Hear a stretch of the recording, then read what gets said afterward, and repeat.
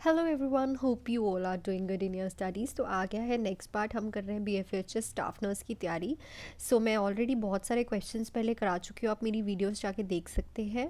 और ऐसे ही question BFHS में आते हैं। आप मेरी पिछली वीडियोस में भी देखेंगे कि आपने जो क्वेश्चन किए हैं वो बहुत ज़्यादा इन्फॉर्मेटिव है और BFUHS ओरिएंटेड ही है। मैंने प्रीवियस पेपर भी पीछे सॉल्व कराया है, तो आप वो भी जाके देख सकते हैं। अगर आपको ऐसे ही क्वेश्चंस का मेरे से PDF चाहिए तो आप वो मेरे से ले सकते हैं ओनली इन 199 रुपीज़, जिसमें आपको बहुत ज़्यादा क्वेश्चन मिल जाएंगे। ऐसे ही क्वेश्चन मिलेंगे जो कि इंटेलेक्चुअल बेस्ड और सिनेरियो बेस्ड क्वेश्चन है, एनक्लेक्स बेस्ड क्वेश्चन आपको BFHS में देखने को मिलते हैं। अगर किसी बच्चे की तैयारी प्रॉपरली नहीं हुई है, थ्योरी नहीं हुई है, तो वो मेरे से गोल्डन पॉइंटर्स ले सकता है, जिसमें मैंने हर एक चैप्टर, हर एक यूनिट ऐड कर रखा है। मोर देन 200 उसमें गोल्डन पॉइंटर्स हैं। ओनली मिनिमल अमाउंट है उसका 99 रुपीज़ में, इन 99 रुपीज़ में। और अगर कोई बच्चा वो दोनों साथ में लेता है, PDF एंड गोल्डन पॉइंटर्स, तो उसको और भी ज़्यादा सस्ता मिलेगा, दैट इज़ 249 रुपीज़ में आप दोनों चीज़ें मेरे से ले सकते हैं। ये दोनों चीज़ें आप मेरे से ले सकते हैं और अपने पेपर की प्रैक्टिस कर सकते हैं। और जो बच्चे पूछ रहे हैं मैम पेपर कब होगा, तो देखो पेपर जल्दी ही होगा। ये अच्छा है कि अभी डेट नहीं आई है, आपके पास टाइम है पढ़ने के लिए, तो उसको वेस्ट मत कीजिए और पढ़िए, ठीक है। स्टार्ट करते हैं हमारे नेक्स्ट क्वेश्चन से। हमारा क्वेश्चन है, the nurse asked the client to state her name as soon as she regained consciousness post operatively after a sub total thyroidectomy and at each assessment the nurse do this monitor to for the sign of which of the following. तो देखो, एक nurse अपने client को बोलती है कि तू अपने नाम मेरे को बोल के बता, ठीक है।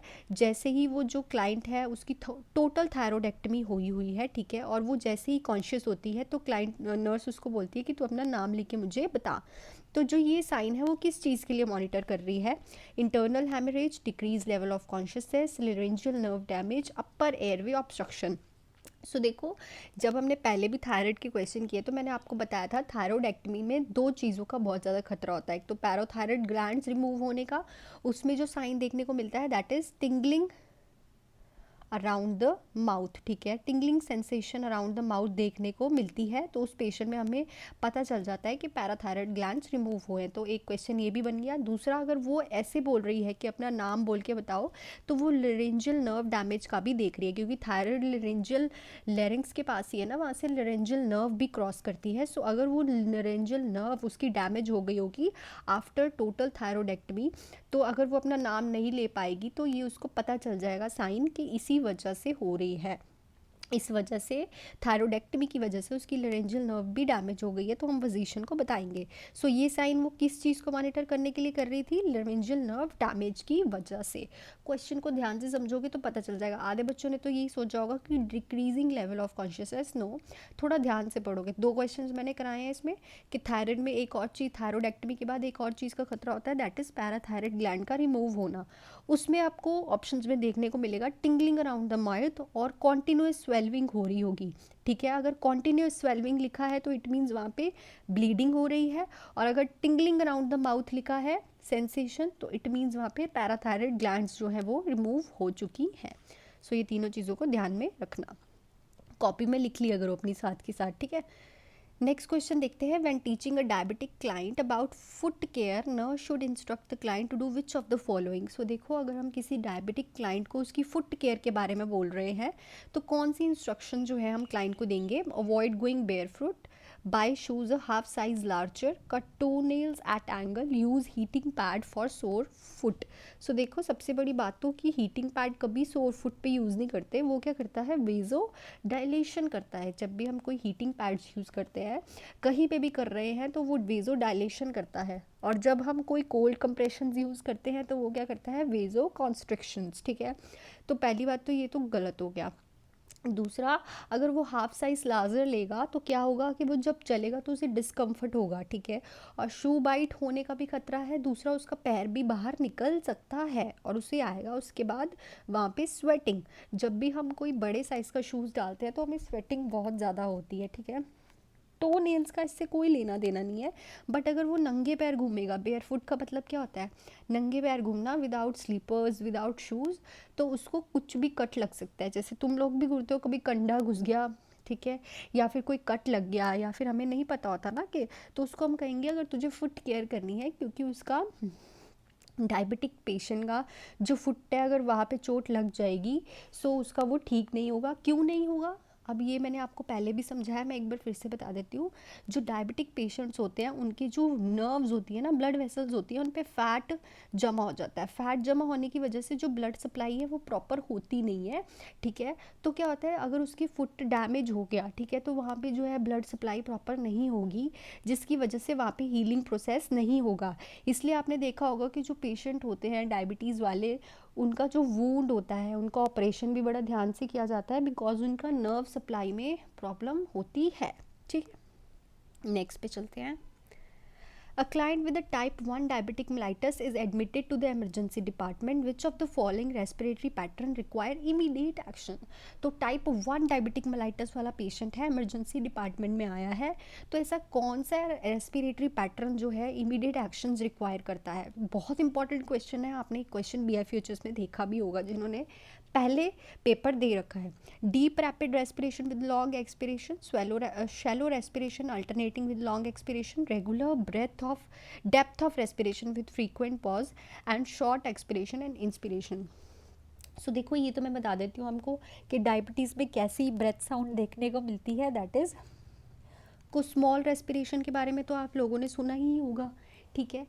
तो इसमें से कौन सा कुछ स्मॉल रेस्पिरेशन का पैटर्न है, तो उस रेस्पिरेशन का पैटर्न होता है deep rapid respiration with long expiration. जब भी आपको कुछ स्मॉल साइन देखने को मिलेगा डायबिटिक पेशेंट में, तो हमें वो इमीडिएट एक्शन लेना पड़ेगा, ठीक है, क्योंकि उसको इमीडिएट एक्शन लेना पड़ेगा। वो कौन सी होती है, और कभी कभी ऐसे भी आ जाता है आपको क्वेश्चन कि कुछ स्मॉल रेस्पिरेशन का पैटर्न कैसा होता है, तो उसकी जो डीप रैपिड रेस्पिरेशन होती है और जो उसका इंस्पिरेशन होता है छोटा होता है एक्सपिरेशन पैटर्न से, ठीक है।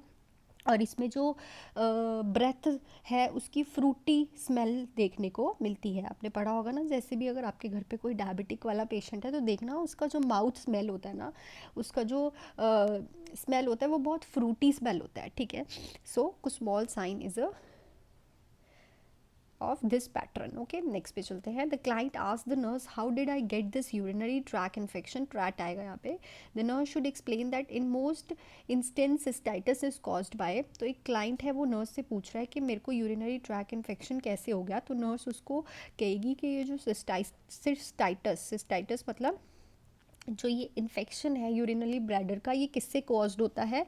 Congenital structure in the urethra and infection elsewhere in the body, urinary stasis in the urinary bladder and ascending infection from the urethra. So देखो जो ये नर्स क्या उसको रिप्लाई देगी कि जो सिस्टाइटिस है, सिस्टाइटिस बोलते किसको है? सिस्टाइटिस होता है यूरिनरी ब्लैडर का infection.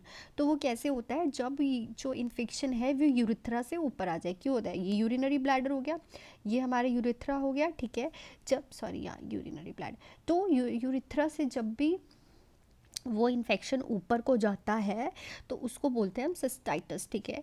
Congenital structure in the urethra, तो कंजेनाइटल अबनॉर्मेलिटी हो गई ना, ठीक है। ये तो पहले से ही होगा, बट जो कह रहा है कि अभी उसको हुआ है, तो मोस्ट कॉमन इंस्टेंस क्या होता है? लोगों को जो कॉमनली यूरिनरी ट्रैक इन्फेक्शन होता है वो इसीलिए होता है कि क्या होता है कि पेशेंट को यूरेथ्रा में इन्फेक्शन हो रखा होता है, वो टेक केयर नहीं करता, उससे वो यूरेथ्रा से जाके आगे किस में चले जाता है? ब्लैडर में चले जाता है। ब्लैडर में फिर उसको प्रॉपरली यूटीआई हो जाता है, ठीक है। और अगर somewhere else in the body है तो ऐसा नहीं होता, इन्फेक्शन वहाँ पे होगा तो मैं यूटीआई हो जाएगा। अगर इन्फेक्शन कहीं समवेयर एल्स इन द नहीं, urinary stasis in the urinary bladder से भी इन्फेक्शन हो सकता है, बट यूरिनरी स्टैसिस इज बहुत बड़ी रिटेंशन, मतलब यूरिन जो है रिटेन हो रहा है यूरिनरी ब्लैडर में, उससे भी हो सकता है। बट मोस्ट कॉमनली ऐसे ही होता है, यूरिन रिटेन हो रहा है, इट मीन्स उसको कोई प्रॉब्लम हुई है, मेजर हेल्थ इशू हुआ है। पर अगर उसको असेंडिंग हो रहा है तो it's a most common urinary track infection. आपने भी देखा होगा जिसको यूटीआई होता है उनको कॉमन यूटीआई होता है, कोई मेजर हेल्थ इशूज़ नहीं होते, ठीक है। नेक्स्ट पे चलते हैं, तो क्वेश्चन को ध्यान से पढ़ना। आधे बच्चों ने तो यूरिनरी स्टैसिस कर दिया होगा, बट नो, क्वेश्चंस को ध्यान से पढ़ो। विच of the following nursing intervention should include in a client plan of caring during dialysis therapy? Important question है। तो कौन सी ऐसी नर्सिंग इंटरवेंशन है जो क्लाइंट के केयर प्लान में हम करेंगे जब उसकी डायलिसिस थेरेपी चल रही है? हम लिमिट करेंगे क्लाइंट के विजिटर, मॉनिटर करेंगे बीपी, पैड आएगा, sorry, pad the side rails of the bed करेंगे, या keep the client on NPO status. So सबसे ज़्यादा इंपॉर्टेंट होता है, अगर आपको पता है कि डायलिसिस की कॉम्प्लिकेशन सबसे ज़्यादा बड़ी कौन सी होती है, दैट इज़ हाइपोटेंशन। सबसे बड़ी कॉम्प्लिकेशन होती है दैट इज़ हाइपोटेंशन। तो हमें उसका जो बीपी है वो मॉनिटर करते रहना होता है, ठीक है। हाइपोटेंशन जो डायलिसिस वाले पेशेंट को झट से हो जाती है, ठीक है, तो इसीलिए उसको आपने देखा होगा कि बीपी कफ मशीन के साथ ही लगा के रखते हैं। क्लाइंट के विजिटर लिमिट नहीं करने, उससे कुछ फ़र्क नहीं पड़ता, ठीक है। साइड रेल्स, उसको कौन सा कोई ब्लड का कट है या फिर उसको कोई हीमोफीलिया या फिर कोई एनी ब्लीडिंग डिसऑर्डर है, ठीक है। एनपीओ भी नहीं ज़रूरत पेशेंट को रखने की, ठीक है। बट सबसे इम्पॉर्टेंट जो होगी दैट इज़ मॉनिटर करना हमने क्लाइंट के बीपी को। नेक्स्ट है, client is receiving continuously ambulatory peritoneal dialysis, the nurse should assess the client for which of the following signs of peritoneal infection. So देखो, ये जो साइंस के क्वेश्चंस है ना, ये बहुत देखने को मिलते हैं BFHS में, एक साइंस के एक रिस्पॉन्सेस के, आपको भी पता होगा। सो ये क्वेश्चंस को ध्यान से पढ़ा करो, और वो कैसे साइन पूछ रहा है, कौन सा साइन पूछ रहा है देखा करो, और कभी भी कंफ्यूज मत हुआ करो ऑप्शंस में, अपने माइंड को क्लियर रखा करो, ये है तो ये है। डबल माइंडेड होके आप क्या करते हो, गलत वाला टिक करके आ जाते हो, ठीक है। सो मैं तभी कह रही हूँ, अगर आपको ऐसे ही क्वेश्चंस के PDF चाहिए तो आप मेरे से बाय कर सकते हैं विद गोल्डन पॉइंटर्स। उसमें आपको बहुत ज़्यादा प्रैक्टिस होगी, और सबसे बड़ी बात, MCQs वो ही कर पाता है जिसका कॉन्फिडेंस अच्छा होता है MCQ करने में। नहीं तो अगर तुम थोड़ी बहुत ही MCQs प्रैक्टिस करके जाओगे फिर तुम उलझ जाओगे, ठीक है। सो तो एक पेशेंट है, उसको पेरिटोनियल डायलिसिस चल रहा है, ठीक है। तो क्लाइंट का कौन सी ऐसी साइन है जो हमें बताएगी कि उसको पेरिटोनाइटस, जिसको हम बोलते हैं पेरिटोनियल कैविटी का इन्फेक्शन। और पेरिटोनाइटस सबसे बड़ी कॉम्प्लिकेशन है किसकी, पेरिटोनियल डायलिसिस की। सो हमारे पास ऑप्शन है, cloudy dialysate fluid, swelling in the legs, poor drainage of dialysate fluid, redness and the catheter insertion site. So देखो, अगर उसका जो डायलिजेट फ्लूइड है वो क्लाउडी आ रहा है, आपने देखा होगा अगर किसी को UTI भी होता है ना, तो जो उसका जो उसका यूरिन है तो वो क्लाउडी देखने को मिलता है। क्लाउडी क्यों होता है, बिकॉज जो बैक्टीरिया है जो फ्लूइड की कंसंट्रेशन को कंसंट्रेटेड बना देते हैं। कंसंट्रेशन को कंसंट्रेटेड मतलब उसका जो बैक्टीरिया है उसमें होने की वजह से जो पस भी है आपको क्लाउडी देखने को इसीलिए मिलती है क्योंकि बैक्टीरिया प्रेजेंट होता है। पेरिटोनाइटस इज अ इन्फेक्शन, ठीक है, कि उसकी पेरिटोनियल डायलिटिस का कॉम्प्लिकेशन है पेरिटोनाइटस। तो अगर उसका क्लाउडी डायजेट फ्लूइड देखने को मिलेगा तो उधर देखने को मिलेगा कि हमें कि उस पेशेंट को अब साइंस आ रहे हैं, मे बी उसको पेरिटोनाइटस की प्रॉब्लम है। स्वेलिंग इन द लेग्स है हार्ट फेलियर की कॉम्प्लिकेशन। पुअर ड्रेनेज का मतलब है इलेक्ट्रोलाइट इम्बैलेंस हुआ होगा, तो ये हमसे नहीं पूछा। रेडनेस मतलब वहाँ पे कोई थ्रोम्बो क्या बोलते हैं, इन्फेक्शन हुआ है in the local insertion site पे, ठीक है। रेडनेस तभी होती है जब इन्फेक्शन होता है लोकल साइट पे। नेक्स्ट पे चलते हैं। The client will be admitted tomorrow for an abdominal hysterectomy. Which of the following information will be most important for the lowest to give to a client prior to admission? यहाँ पे lowest नहीं आएगा, यहाँ पे आएगा nurse.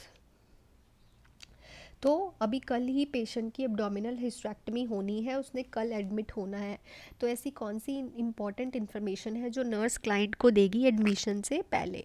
सो हमारे पास option है, what to wear to the hospital, what she can eat and drink before admission, the type of pain medication that will be prescribed post operatively, the amount of activity she can have after surgery. So इस question का answer आप मुझे खुद बताओगे कि अगर कोई patient ने एडमिट होना है कल आपके हॉस्पिटल में जहां आप वर्क कर रहे हो एब्डोमिनल सर्जरी की, एब्डोमिनल हिस्टेरेक्टमी का, सो सबसे ज़्यादा मोस्ट इम्पॉर्टेंट इन्फॉर्मेशन आप उस पेशेंट को क्या दोगे इन तीनों में से। उसको क्या पूछोगे कि तूने कल क्या वियर करके आना है, या फिर उससे बोलोगे कि तूने कल क्या खा पी के आना है, या फिर उसको पेन मेडिकेशंस के बारे में बताओगे कि जो उसको प्रिस्क्राइब होनी है, या फिर आप उसको बताओगे कि आफ्टर सर्जरी तो कितनी मूवमेंट कर सकती है। सो इस क्वेश्चन का आंसर आप मुझे कमेंट सेक्शन में बताओगे, और जिसका आंसर सही होगा उसको मैं रिप्लाई करके करेक्ट कर दूंगी, ठीक है। नेक्स्ट क्वेश्चन पे चलते हैं। During a client urinary bladder catheterization, the nurse ensures that the bladder is empty gradually. The best rationale for the nurse action is that completely empty and over distended bladder at one time tends to cause तो देखो, एक patient को urinary bladder catheterisation हो रखा है, ठीक है। तो जो नर्स है, जो उसका ब्लैडर है, ग्रेजुअली एम्प्टी कर रही है, मतलब थोड़ा थोड़ा कर रही है, एकदम से नहीं कर रही है। तो नर्स का ये करने का क्या रैशनल हो सकता है कि ओवर डिस्टेंडेड ब्लैडर को एम्प्टी कंप्लीटली क्यों नहीं करते एट वन टाइम? तो इससे क्या हो सकता है rational? Renal failure, abdominal cramping, possible shock, या फिर एट्रोपी ऑफ ब्लैडर। सो देखो, आपने सुना होगा कि अगर हम किसी चीज़ से एकदम से प्रॉपरली फ्लूइड रिमूव करते हैं तो वहाँ पे क्या होने के चांसेस होते हैं? हाइपोवोलीमिया। तो देयर इज़ अ चांसेस कि पेशेंट जो हाइपोवोलीमिया में जाके शॉक में चले जाए, ठीक है। इसीलिए वैसे तो प्रोसीजर के अकॉर्डिंग हमें सिर्फ 1000 ml ही वाटर रिमूव करना होता है, बट हम ग्रेजुअली करते हैं, प्रॉपरली नहीं करते, क्योंकि it can lead to the shock of the patient. तो इसलिए हमें पेशेंट को सारा फ्लूइड जो है उसका नहीं रिमूव करना, थोड़ा थोड़ा करके ग्रेजुअली एम्प्टी करना है, ताकि पेशेंट एकदम फ्लूइड लॉस में जाके ना हाइपोवोलीमिया में नहीं चले जाए। रीनल फेलियर भी आपका गलत होगा, एब्डोमिनल क्रैम्पिंग इससे लेना देना नहीं है, ट्रॉपी ऑफ द ब्लैडर से भी लेना देना नहीं है। एट द एंड तो ब्लैडर से यूरिन हमने निकालना है, तो एट्रोपी तो हो नहीं सकती। एब्डोमिनल क्रैम्पिंग का इससे कोई लेना देना नहीं है। वहाँ पे कौन सा कोई मसल स्पाज्म हो रखा है, कुछ हो रखा है, रीनल फेलियर का भी, क्योंकि उस पेशेंट को ऑलरेडी रीनल फेलियर होगा तभी उसके ब्लैडर कैथेटराइजेशन हो रखी है, ठीक है। सो ये क्वेश्चन बहुत इंपॉर्टेंट था और बहुत ही ज़्यादा सिनेरियो बेस्ड था। नेक्स्ट पे चलते हैं। हमारा नेक्स्ट क्वेश्चन है, which intervention should the nurse suggest to help a client with multiple sclerosis avoid episode of urinary incontinence.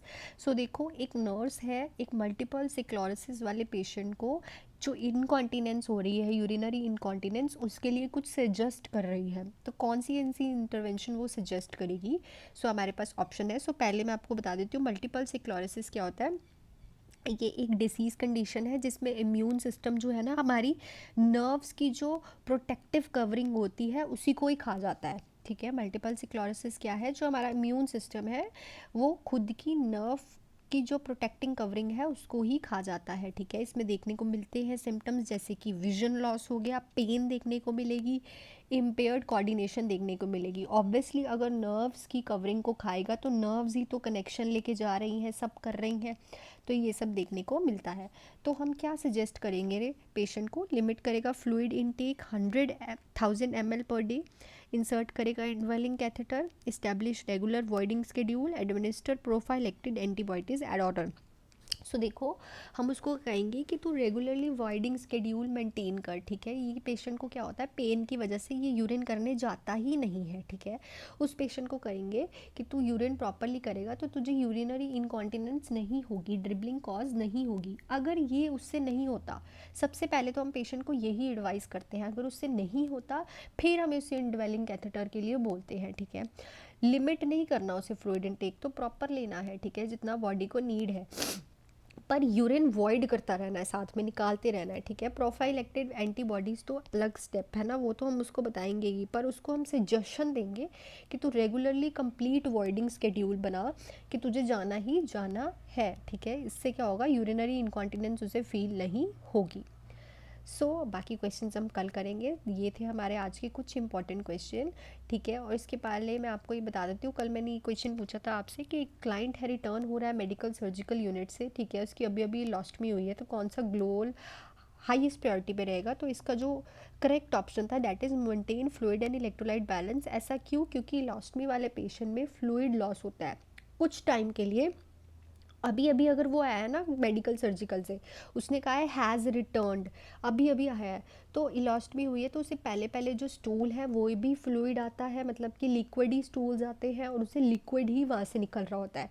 तो लिक्विड फ्लूइड बहुत ज़्यादा जो है लॉस होता है, इसलिए उसका जो है सबसे ज़्यादा मेंटेन करना होता है फ्लूइड एंड इलेक्ट्रोलाइट बैलेंस। तो जिन बच्चों ने ये ऑप्शन चूज़ किया था उनका बिल्कुल सही था, और जो बच्चे मेरे पीडीएफ से पढ़ रहे हैं लेट मी नो कि वो सही कर रहे हैं सब कुछ, उनको कोई डिफ़िकल्टी तो नहीं आ रही। अगर आपको भी ऐसी क्वेश्चंस के पीडीएफ चाहिए तो आप मेरे से ले सकते हैं 199 रुपीज़ में, और साथ ही के साथ आप गोल्डन पॉइंट्स भी ले सकते हैं अलग से। अगर आपको पीडीएफ नहीं चाहिए, गोल्डन पॉइंटर्स ही पढ़ने हैं 99 रुपीज़ में, पर अगर आप दोनों साथ में लेते हैं तो आपको 249 रुपीज़ के पड़ेंगे, जो कि बहुत ज़्यादा अफोर्डेबल है। कोचिंग से तो मस्ट बेटर है, उससे आपको क्या होता है, कॉन्फिडेंस मिलता है। जितने ज़्यादा एमसीक्यूज़ करते हो, एमसीक्यू में आपको आंसर्स विद रैशनल भी मिल जाएंगे। Thank you so much. अगर ये वीडियो अच्छी लगी हो तो please hit the like button and subscribe to my channel, और शेयर करिए अपने फ्रेंड्स को, और लाइक ज़रूर करिएगा। Thank you so much.